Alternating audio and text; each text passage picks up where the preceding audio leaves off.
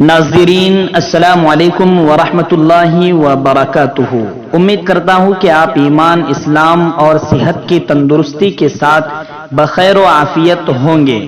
اس وقت ترک صدر رجب طیب اردوگان کو لے کر نہایت ہی افسوسناک خبر موصول ہو رہی ہے کہ ترک صدر رجب طیب اردوگان پر قاتلانہ حملے کی کوشش کی گئی ہے، لیکن اس کوشش کو ناکام بنا دیا گیا ہے۔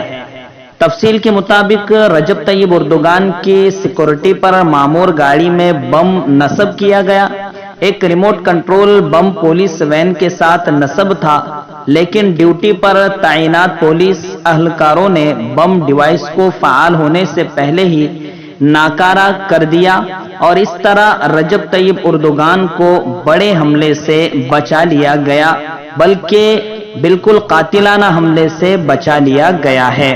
ناظرین، اردوگان امت مسلمہ کا ایک بے باک لیڈر ہے، ایک نہایت ہی قیمتی سرمایہ امت مسلمہ کے لیے ہے۔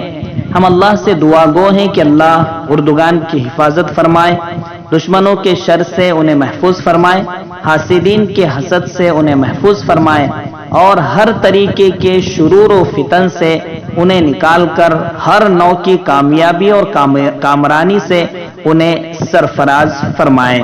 السلام علیکم ورحمۃ اللہ وبرکاتہ۔